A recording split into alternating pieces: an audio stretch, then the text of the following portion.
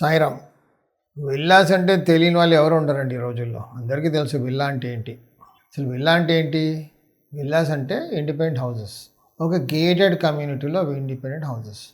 చుట్టూ compound wall ఉంటుంది, ఒక గేట్లు ఉంటాయి, లోపల అన్ని అమ్యూనిటీస్ ఉంటాయి.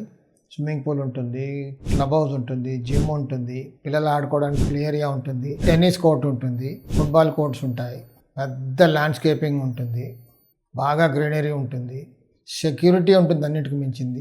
అన్ని independent houses, duplex houses, triplex houses. కొన్ని ఇళ్లలో ఇండిపెండెంట్ స్విమ్మింగ్ పూల్స్ కూడా ఉంటాయి, లగ్జూరియస్గా ఉంటాయి. ఓన్ పార్కింగ్, ఎవరు విల్లాస్లో వాళ్ళు పార్క్ చేసుకోవచ్చు. అపార్ట్మెంట్స్ లాగా తీసుకెళ్లి బేస్మెంట్లో పెట్టే అవసరం లేదు. చాలా అందంగా ఉంటాయి. 300, 200 స్క్వేర్ యార్డ్స్, 400 స్క్వేర్ యార్డ్స్లో కూడా లగ్జూరియస్గా కడుతున్నారు. సో ఇలా గేటెడ్లో ఒక కాంపౌండ్ వాళ్ళలో గేట్లో ఉండదు ఇండిపెండెంట్ హౌసెస్ మనం విల్లాస్ అంటున్నాం.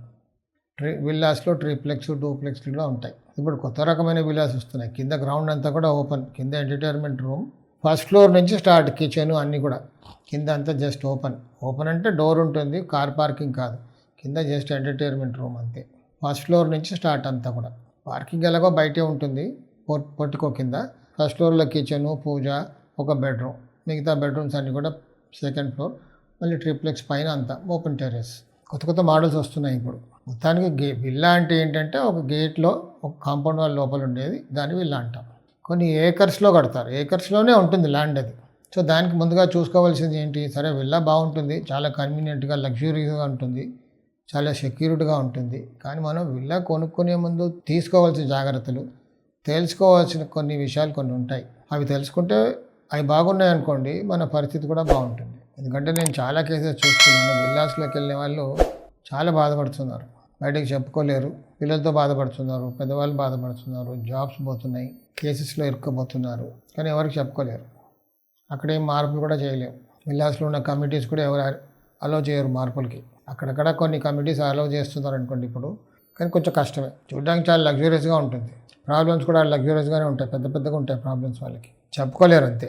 కానీ నాకు వాస్తు చూడడానికి వెళ్ళి నాకు తెలిసిపోద్ది. కరెక్ట్గా ప్లేస్ స్క్వేర్గా, రెక్టాంగిల్గా ఉండదు, కష్టం. ఉండాలి కానీ ఉండదు, ఏం చేద్దాం? సరే కాంప్రమైజ్ అనుకున్నాం. ల్యాండ్ లెవెల్ సౌత్కి కానీ వెస్ట్కి కానీ ఉండకూడదు. నైరుతిలో పెద్ద గొయ్యి లాంటిది లో లెవెల్ ఉండకూడదు. వీధి పోట్లు, చెడు వీధి పోట్లు ఉండకూడదు. చెడు వీధి పోట్లు అంటే అసలు ముందు వీధి పోట్లు ఉన్నాయా చూసుకోవాలి ల్యాండ్కి. మంచి వీధి పోట్లు, తూర్పు ఈశాన్య వీధి పోటు అంటే మన స్థలానికి, ఆ స్థలానికి తూర్పు ఈశాన్యకి ఎదురుగా రోడ్డు ఉంటే దాన్ని తూర్పు ఈశాన్య వీధి పోటు అంటాం. ఉత్తర ఈశాన్య వీధి పోటు అంటే ఉత్తర ఈశాన్య భాగానికి ఒక రోడ్డు ఎదురుగా ఉందనుకోండి, వస్తుందనుకోండి, దాన్ని ఉత్తర ఈశాన్య వీధి పోటు అంటాం. లేదు పశ్చిమ వాయవ్యంకి ఎదురుగా ఒక రోడ్డు వస్తుంది, అది కూడా మంచి వీధి పోటే. లేదు దక్షిణాగ్నేయానికి ఎదురుగా ఒక రోడ్డు వస్తుంది, దక్షిణాగ్నేయ వీధి పోటు, ఇది కూడా మంచిదే. కానీ ఉత్తర వాయువ్య భాగానికి ఎదురుగా ఒక రోడ్డు వస్తుంది అనుకోండి, అక్కడ వాడి జోలికి వెళ్ళకూడదు. అలాగే పశ్చిమ నైరుతి భాగానికి ఒక రోడ్డు వస్తుంది, వాడి జోలికి వెళ్ళకూడదు. లేదు కొన్నిసార్లు ఏమవుతుందంటే నైరుతి భాగానికి ఆ మూలకు ఒక రోడ్డు వస్తుంది, అలా క్రాస్గా, అస్సలు దాని జోలికి వెళ్ళకూడదు. దక్షిణ నైరుతి భాగానికి ఎదురుగా ఒక రోడ్డు వచ్చింది అనుకోండి, తీసుకోకూడదు.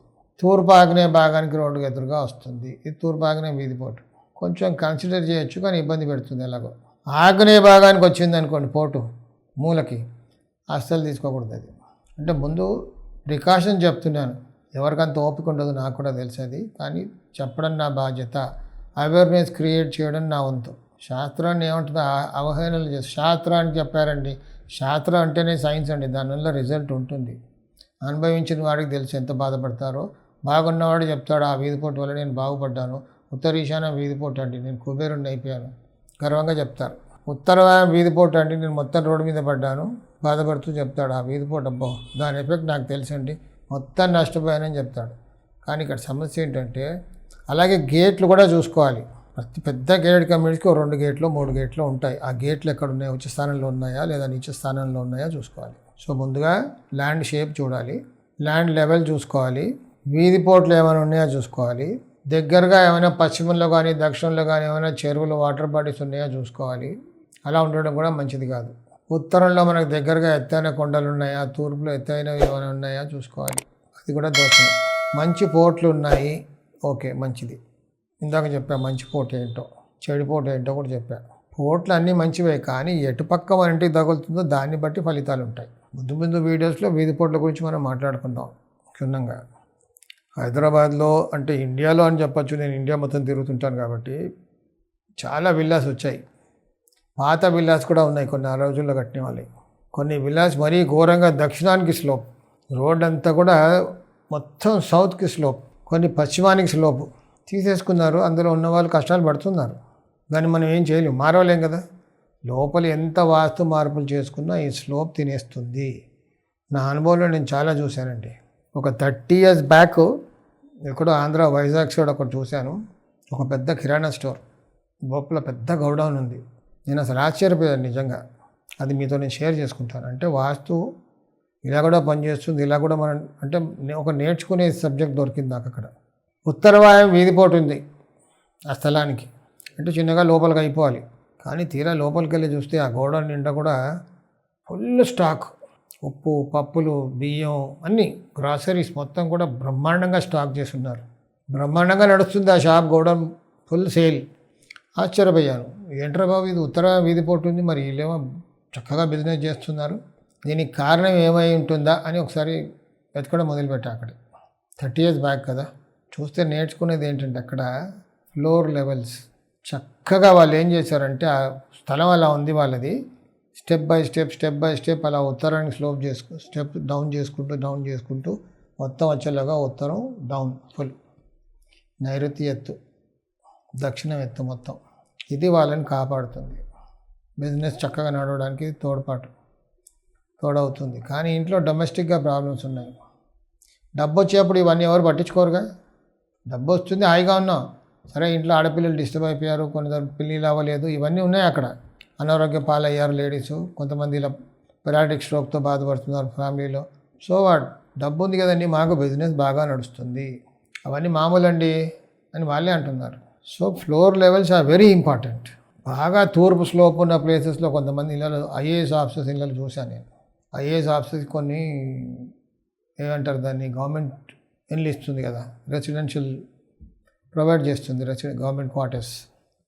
కొందరి ఇళ్లలో మొత్తం ఓపెన్ ఏరియాస్, తూర్పు ఇలా స్లోప్గా ఉంది, అక్కడ మేధావులు ఉంటారు వాళ్ళ ఇంట్లో. వీళ్ళు మేధావులే కదా ఐఏఎస్ అంతా కూడా.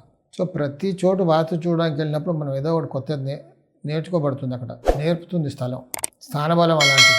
కొన్ని స్థానబలం వల్ల కొన్ని దోషాలు కూడా మరుగున పడిపోతాయి. కొన్ని వాస్తు మార్పుల వల్ల కూడా ఆ దోషాన్ని మనం ట్యాకిల్ చేసే అవకాశం ఉంటుంది.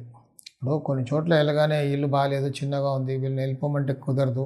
సో ఇక్కడ ఈ దోషానికి మనం ఏం చేస్తే వీళ్ళు కొంచెం హాయిగా ఉంటారు అనేది నిరంతరంగా నేను ట్రై చేస్తూ ఉంటాను. ప్రతి ఇంట్లో కొత్తది ఏదో నేర్చుకోబడుతుంది, మనకు నేర్పిస్తుంది ఆ ఇల్లు.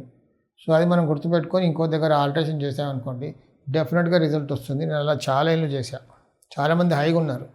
ముఖ్యంగా కొంతమంది చిన్న చిన్న ఇల్లు వాళ్ళు ఉంటారు, ఖాళీ స్థలాలు ఉండవు, ఎక్కడికి వెళ్ళిపోతారు. సో అక్కడ ఏంటంటే ఇలా సంపు కట్టుకోవడం, ఇలాంటి చేంజెస్, ఫ్లోర్ లెవెల్స్ మెయింటైన్ చేయడం, దాంతో హాయిగా ఉంటారు. టోటల్ 100% బాగుంటారని కాదు, డబ్బు వస్తుంది చాలంటారు ఎవరు చూసినా కదా. డబ్బే అన్నిటికీ మూలం కదా. డబ్బు లేదు జబ్బులు ఉన్నాయంటే కష్టం, డబ్బు లేదు ప్రాబ్లమ్స్ ఉన్నాయి ఇబ్బంది. ప్రాబ్లమ్స్ ఉన్నాయి కానీ డబ్బు వస్తుంది చాలండి, లైఫ్ ఓకే పులాన్ చేయొచ్చు. విల్లాస్లో క్లబ్ హౌస్ కూడా మెయిన్. ఇప్పుడు ప్రతి విల్లాకి club house is the main. అదొక పెద్ద వజ్రం, డైమండ్ లాంటిది. క్లబ్ హౌస్ ఉందా, జిమ్ ఉందా, స్విమ్మింగ్ పూల్ ఉందా? క్లబ్ హౌస్ ఉంటే ఎలా ఉంది, ఎన్ని ఫెసిలిటీస్ ఉన్నాయి, ఎంత పెద్ద క్లబ్ హౌస్. కరెక్టే, క్లబ్ హౌస్ చూపిస్తున్నారు, క్లబ్ హౌస్ హైలైట్. కొన్ని క్లబ్ హౌస్లు ఎక్కడ కడుతున్నారు, నైరుతిలో కడుతున్నారు, కట్టవచ్చు, తప్పేం లేదు. అక్కడ దోషం అంతా ఇక్కడ ఇప్పుడు కొత్తగా చేస్తున్నారు ఇలా. పర్సనల్గా నేను కూడా ఒక విల్లా కొనడానికి వెళ్ళా ఒక దగ్గర, బాగా నచ్చింది నాకు విల్లా. అక్కడున్న కన్సల్టెంట్స్ ఉంటారు కదా స్టాఫ్, వాళ్ళని అడిగితే క్లబ్ హౌస్ ఉంది, క్లబ్ హౌస్ కింద ఏదో బేస్మెంట్ కనబడుతుంది, ఏంట్రా బాబు అంటే, సార్ పార్కింగ్ గురించి కట్టామండి, అక్కడ 2 level పార్కింగ్ ఉంది. క్లబ్ హౌస్ ఎక్కడుంది, నైరుతిలో ఉంది, దాని కింద గొయ్యి బేస్మెంట్, అది కూడా 2 levels. ఏంటంటే ఇక్కడ క్లబ్ ఇలా ఉంది కదా, క్లబ్ హౌస్ కింద బేస్మెంట్ ఉంది, అలా దోషం కదా అంటే వాళ్ళు చెప్పే మాట ఏంటంటే, సార్ క్లబ్ హౌస్లో కార్లన్నీ ఉంటాయి, బరువు కదా సార్ అక్కడ. అయ్యా బాబు ఇక్కడ బరువు అనే సమస్య కాదు, గొయ్యి. సో టోటల్ ఏరియా అంతా కూడా యాక్సిడెంట్ ప్రోన్ ఏరియా. సో ఇలా కూడా కట్టేస్తున్నారు. ప్రతి బిల్డర్కి, పెద్ద బిల్డర్స్కి వాస్తు చెప్పేవాళ్ళు ఉంటారు, నేను కాదన్ను. ఆర్కిటెక్ట్స్ అయితే ప్లాన్ వేస్తారు, వాళ్ళకు కూడా వాస్తు తెలుసనే చెప్తున్నారు ఇప్పుడు, దే ఆర్ క్లెయిమింగ్. కానీ మరి ఇలాంటివి ఎందుకు ఇగ్నోర్ చేస్తున్నారో నాకు అర్థం అవ్వదు. చిన్న తప్పులు ఓకే, ఇది పెద్ద తప్పు కదా. ఎక్కడ ఏ విల్లా ఏ వెంచర్లో నేను చెప్పను, ఎవరి పేరు చెప్పడం నాకు ఇష్టం ఉండదు. సో ఇలా కూడా చేస్తున్నారు. ఇగ్నోరెన్స్, ఇది ఇగ్నోరెన్స్ కాదు, వాళ్ళ అనుకోవడం, కోరిలేట్ చేసుకోవడం విధానం వేరే. బరువుగా ఉంటుంది సెప్టిక్, అక్కడ బేస్మెంట్ ఉన్న ఏమవుతుంది అని, అది కాదు. నేను ఆ మధ్య ఎక్కడో ఒక 10-15 ఇయర్స్ బ్యాక్ చూస్తాను శ్రీకాకుళంలో. నేను దాన్ని తీసుకెళ్ళాలి. అతను చాలా గర్వంగా చెప్పాడు, గురుగారు నేను ఒకటి చేశానండి, మాకు నైరుతిలో పెద్ద గొయ్యింది ఇంటి వెనకాల, నేను నా ఈశాన్యంలో పెద్ద గొయ్యి తీశానండి అని. అలా బ్యాలెన్స్ అవుద్దా? ఏడవాలా నవ్వాలో నాకు అర్థం అవ్వలేదు. సో ఇలా పుస్తక జ్ఞానంతో ఇలా చేసేవాళ్ళు ఎంతోమంది ఉన్నారు. పుస్తకాలు చదవాలి, ఇప్పుడు యూట్యూబ్స్ ఉన్నాయి, లిటరేచర్ చాలా ఉంది. బట్ ప్రాక్టికల్గా చూసిన వాళ్ళ అడ్వైస్ తీసుకొని చేస్తే బాగుంటుంది అనేది నా ఉద్దేశం. సో ఈరోజు మనం విల్లాస్ కొనుక్కునే ముందు తీసుకోవాల్సిన జాగ్రత్తలు ఏంటో మనం ఫండమెంటల్ ప్రిన్సిపల్స్ మాట్లాడుకున్నాం. ఇక ఎక్కడైనా విల్లాస్లో ఉండే వాళ్ళకి ఇలా దోషాలు ఉంటే కాస్త ఒకసారి చెక్ చేసి చూసుకోండి. నేను ప్రాక్టికల్గా వాస్తు చూడమని నేను వచ్చి చూస్తాను.